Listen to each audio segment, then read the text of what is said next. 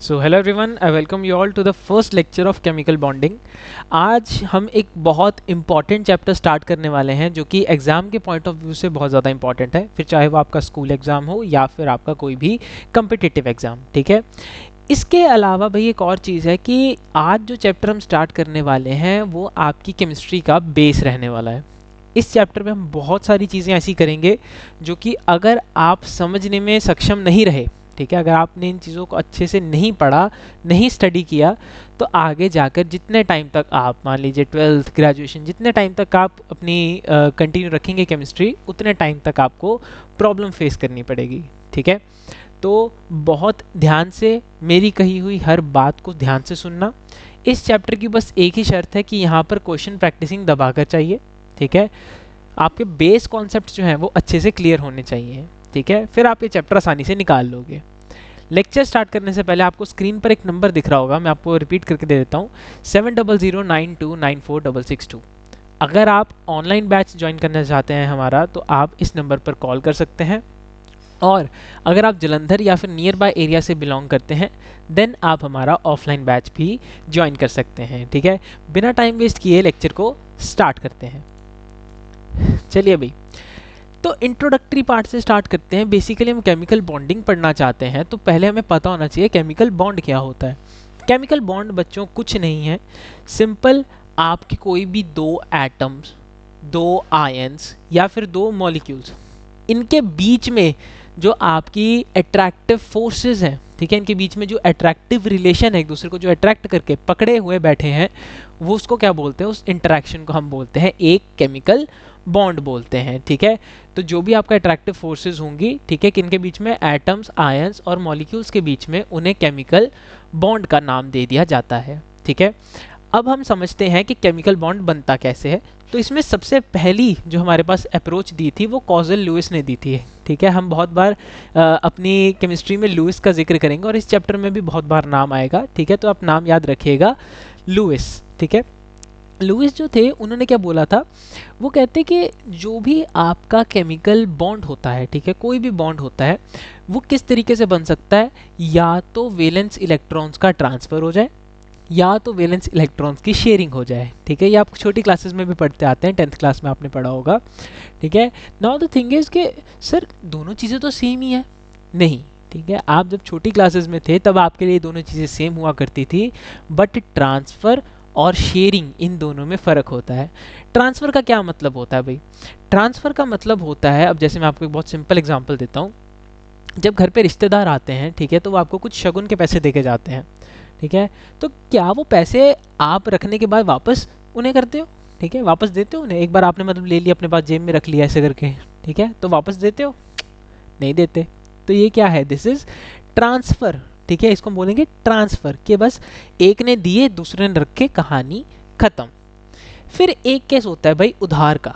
ठीक है, उधार कह लो या फिर कह लो कि म्यूचुअल अंडरस्टैंडिंग का कह लो। ठीक है, वो केस आता है जहाँ पर क्या होता है, सामने वाले ने आपको पैसे दिए, अब उन पैसों का यूज़ आप भी कर सकते हैं और अपना यूज़ करने के बाद वो पैसे वापस सामने वाले को रिटर्न भी कर सकते हैं। ठीक है, आपने अपना यूज़ किया, सामने वाले को रिटर्न किया, सामने वाले ने अपना यूज़ किया, आपको दे दिए पैसे। ठीक है, तो ये क्या है, ये म्यूचुअल रिलेशन है। तो दोनों में फ़र्क है। ट्रांसफ़र में इलेक्ट्रॉन पूरे तरीके से चला जाता है, लेकिन शेयरिंग में इलेक्ट्रॉन जो है वो पार्शियल शेयरिंग करता है। ठीक है, पार्शियल शेयरिंग माने म्यूचुअली एक दूसरे के साथ दो एटम या आयंस इलेक्ट्रॉन्स को शेयर करते हैं। ठीक है, तो इनसे हमको याद आ गया होगा दो टाइप के बॉन्ड, आयोनिक और कोवेलेंट। आयोनिक कैसे, कंप्लीट ट्रांसफ़र से बना, और म्यूचुअल से बना, कौन आपका, म्यूचुअल शेयरिंग से, कोवेलेंट बॉन्ड। ठीक है, चलिए भाई, तो लुइस के हिसाब से atoms can combine either by transfer of valence electrons और by the sharing of valence electrons. ठीक है, या तो पूरे तरीके से इलेक्ट्रॉन दे देगा उसे, या तो म्यूचुअली शेयर कर लेगा।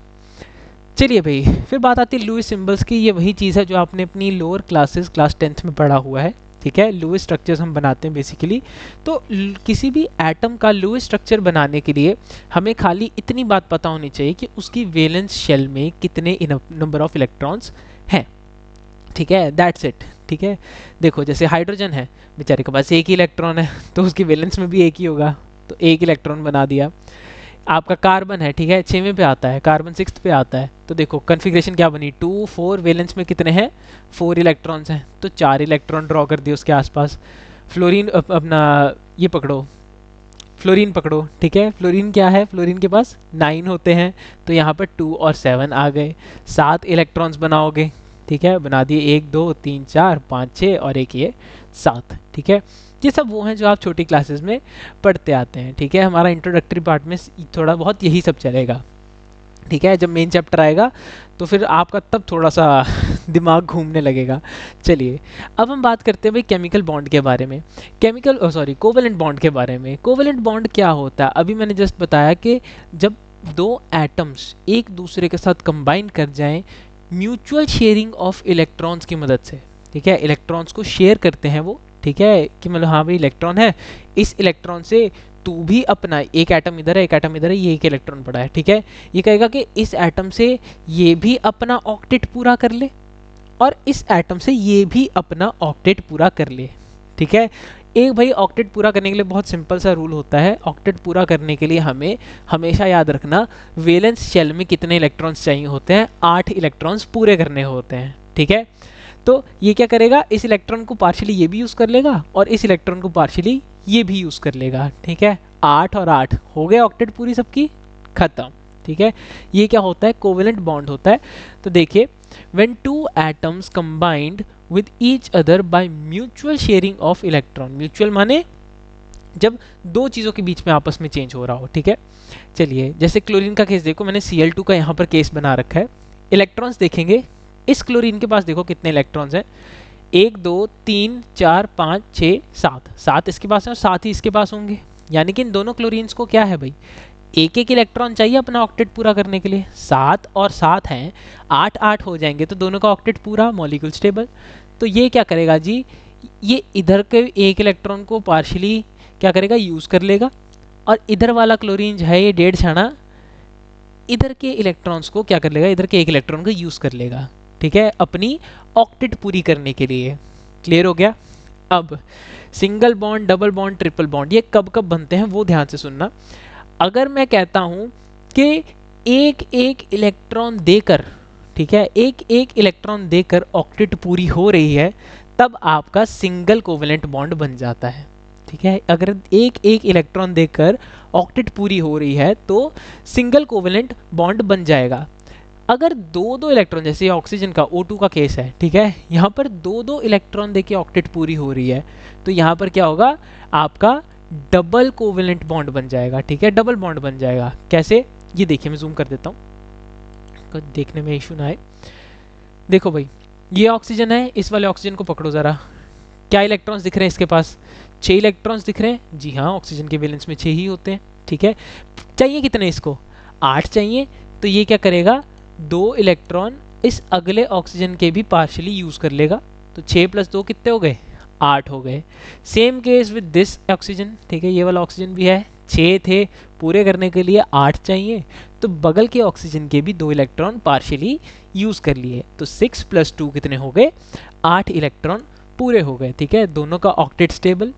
अब कितने कितने इलेक्ट्रॉन लगे हैं, 2 2 इलेक्ट्रॉन लगे हैं, तो ये क्या आ गया, डबल कोवेलेंट बॉन्ड आ गया। क्लियर हो गया। चलिए भाई अब भाई हम अगली चीज़ पर आते हैं, ठीक है, जो कि हमारी बहुत एक इम्पॉर्टेंट पार्ट है, इस चैप्टर का बेस रहेगा आपकी पूरी केमिस्ट्री में, दैट इज़ बॉन्ड पैरामीटर्स। ये टर्म्स आपने लोअर क्लासेस में रेयरली सुनी होंगी, ठीक है, ऐसा नहीं कह सकते कि सुनी ही नहीं है, सुनी है, लेकिन आपने कभी टेक्स्ट में कहीं छुपी हुई देखी होगी, आपने इसको कभी मेन हेडिंग के तौर पे नहीं पढ़ा होगा। आज हम पढ़ने वाले हैं भाई पैरामीटर्स क्या होते हैं। सबसे पहले तो पैरामीटर समझो। पैरामीटर भाई हम किसी भी चीज़ को बोलते हैं जिसके बेसिस पर किसी चीज़ का स्टडी हो, ठीक है, पैरामीटर वो होता है जिसके बेसिस पर किसी चीज़ का स्टडी हो। तो अब हम बॉन्ड की सारी जानकारी लेंगे, ठीक है। अब एक बॉन्ड पैरामीटर्स में हम एक बॉन्ड के बारे में सारी जानकारी लेंगे, जिसमें सबसे पहली आती है आपकी बॉन्ड लेंथ। बॉन्ड लेंथ क्या होती है भाई, मान लीजिए आपके 2 एटम्स हैं, इन्होंने एक दूसरे के साथ बॉन्ड बना रखा है, ठीक है। अब इन दोनों एटम से जो इन्होंने बॉन्ड बना के रखा हुआ है, इन दोनों एटम्स के जो सेंटर्स होंगे, न्यूक्लियाई होंगे, उनके बीच का distance, that is your total bond length, ठीक है। देखो जैसे मैंने यहाँ पर ये किया हुआ है, ठीक है, ये देखिए दो एटम्स जुड़ रखे हैं, ठीक है, सेंटर से देखो दोनों के सेंटर्स आपस में मैंने जोड़ रखे हैं। तो ये जो पूरा डिस्टेंस है भाई, ये पूरा डिस्टेंस क्या है, this whole distance is the bond length, यानी कि पहले एटम का रेडियस प्लस दूसरे एटम का रेडियस, ठीक है, this is the overall bond length. Second आता है भाई बॉन्ड एंगल। अब सर ये बॉन्ड एंगल क्या होता है, ध्यान से समझना। बॉन्ड एंगल इज बेसिकली आपके कंपाउंड में कोई भी दो बॉन्ड्स के बीच का एंगल, ठीक है, जो कंसेक्यूटिव बॉन्ड्स होते हैं। कंसेक्यूटिव माने अगर ये है पहला बॉन्ड तो इसके बाद का अगला बॉन्ड ये होगा, इसके बीच में जो एंगल बना है that is your bond angle, ठीक है। अब देखो ये बॉन्ड एंगल डिपेंड किस पे करता है, वो चीज़ यहाँ पर मैंने मेंशन नहीं की हुई, ठीक है, ये आपको ऐसे ही सुन के याद हो जाएगी। बॉन्ड एंगल बच्चों डिपेंड करता है कि आपका इधर वाला ग्रुप और आपका इधर वाला ग्रुप, इनके बीच में रिपल्शंस कितनी हो रही हैं, ठीक है, इनके बीच में क्या है, रिपल्शंस कितनी हो रही हैं। हम आगे जब वीबीटी पे जाएंगे, वीबीटी वसेपर, ठीक है, तो हम उसमें यही सब चीज़ें पढ़ेंगे। बहुत इंपॉर्टेंट चीज़ है बॉन्ड एंगल, इसलिए बेस कॉन्सेप्ट ध्यान से समझना।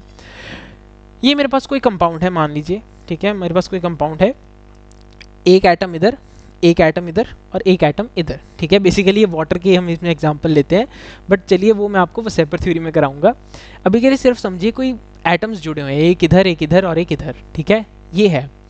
अब मेरे ये और ये वाले जो एटम्स हैं, अगर ये कम बल्कि हुए, कम बल्कि मतलब छोटे छोटे हुए, तो इनके बीच में रिपल्शंस भी कम होंगी, है ना। अगर ये छोटे छोटे हुए तो इनके बीच में क्या होगी, रिपल्शंस भी कम होंगी, और रिपल्शन कम होगी तो इनके बीच का बॉन्ड एंगल भी कम होगा। क्लियर होगी इतनी बात। रिपल्शंस कम है इसके और इसके बीच में, तो क्या होगा, बॉन्ड एंगल कम होगा। पर अगर इसी की जगह मैं दो बल्कि ग्रुप्स लगा दूँ, ये छोटे छोटे लगा रखे मैंने ये और ये, इसकी जगह बल्कि ग्रुप्स लगा दूँ, तो बल्कि ग्रुप का साइज बड़ा होता है, ठीक है, बल्क में होता है, वो बड़ा होता है, तो उसकी वजह से क्या होगा, रिपल्शन बढ़ जाएगी। और अगर रिपल्शन बढ़ी तो रिपल्शन बढ़ने पे क्या होगा, ये बीच का बॉन्ड एंगल भी बढ़ता जाएगा, ठीक है। तो देखो यहाँ पर क्या है, सिंपल सा केस है, हल्के ग्रुप्स होंगे, ठीक है, जब हल्के ग्रुप्स हैं तो बॉन्ड एंगल कम, बल्कि ग्रुप्स हैं रिपल्शन ज़्यादा करेंगे तो बॉन्ड एंगल ज़्यादा, ठीक है भाई। चलिए फिर भाई हमारा तीसरा बॉन्ड पैरामीटर आता है, that is your bond enthalpy, ठीक है। अब बॉन्ड एंथैल्पी क्या होती है, पहली बात तो इतनी चीज़ समझो, जब जब मैं केमिस्ट्री में बोलूँगा एंथैल्पी, ठीक है, जब जब बोलूँगा एंथैल्पी, उसका मतलब होता है एनर्जी। तो बॉन्ड एनर्जी का या फिर कह लो कि बॉन्ड एंथैल्पी का क्या मतलब होता है। बॉन्ड एंथैल्पी का सिंपल सा मतलब है, आपको किसी भी सब्सटेंस में, ठीक है, NaCl KCl कुछ भी, ठीक है, किसी भी सब्सटेंस में आपको क्या करना है, 1 मोल ऑफ बॉन्ड्स तोड़ने हैं। हमने 1 मोल के बारे में बात की थी हमारे some basic concept of chemistry में, कि 1 मोल के अंदर कितने होते हैं, 6.022 इंटू 10 टू द पावर 23। तो आपका जितना भी अमाउंट ऑफ एनर्जी रिक्वायर्ड होगा क्या करने के लिए, 1 मोल ऑफ बॉन्ड्स बनाने के लिए, या फिर कह लो कि 1 मोल ऑफ बॉन्ड्स ब्रेक करने के लिए, ठीक है, दोनों हम केसेस लेके चलते हैं। बनाने के लिए भी सेम एनर्जी चाहिए, तोड़ने के लिए भी सेम ही एनर्जी चाहिए, ठीक है, तो उसे हम क्या बोलेंगे, हमारा बॉन्ड एंथैल्पी। तो amount of energy required to break 1 mole of bonds. जब हम थर्मोडायनेमिक्स पे जाएंगे ना, मैं आपको तब समझाऊंगा कि जो एनर्जी बनाने के लिए लगती है, exactly same amount of energy तोड़ने के लिए भी लगती है, ठीक है। तो दोनों एनर्जीज का वैल्यू सेम है, आप कुछ भी लिख सकते हैं, ठीक है, रिक्वायर टू ब्रेक या फिर require to form 1 mole of bonds, वो आपके ऊपर डिपेंड करता है, ठीक है। चलिए उसके बाद भी बात करते हैं बॉन्ड ऑर्डर की। तो बॉन्ड ऑर्डर क्या होता है, इट इज़ सिंपली कि आपके कितने नंबर ऑफ बॉन्ड्स बन रहे हैं दो एटम्स के बीच में, ठीक है। बॉन्ड ऑर्डर बस इतना ही है, ठीक है। आपके सामने कंपाउंड दिया होगा, आपसे पूछेंगे बताओ भाई यहाँ पर बॉन्ड ऑर्डर क्या है, तो आपको सिर्फ क्या करना है, नंबर ऑफ बॉन्ड्स कितने हैं दोनों एटम्स के बीच में वो बताने। जैसे अगर मैं H2 आपको मॉलिक्यूल देता हूँ तो उसमें दोनों हाइड्रोजन सिंगल बॉन्ड से जुड़े हैं, तो इसका बॉन्ड ऑर्डर क्या हो गया, 1 हो गया। O2 का मॉलिक्यूल दूँ तो O2 के मॉलिक्यूल में आपके 2 होते हैं, ठीक है, तो बॉन्ड ऑर्डर क्या हो गया, 2। जबकि नाइट्रोजन जो है, नाइट्रोजन और नाइट्रोजन N2, इसमें नाइट्रोजन ट्रिपल बॉन्ड से जुड़े होते हैं, तो बॉन्ड ऑर्डर कितना हो गया भाई, 3 हो गया, ठीक है। चलिए आज के लिए बस इतना ही। कल से हम हमारी बॉन्ड्स की टाइप से स्टार्ट करेंगे, that is from the coordination bond, ठीक है। चलिए।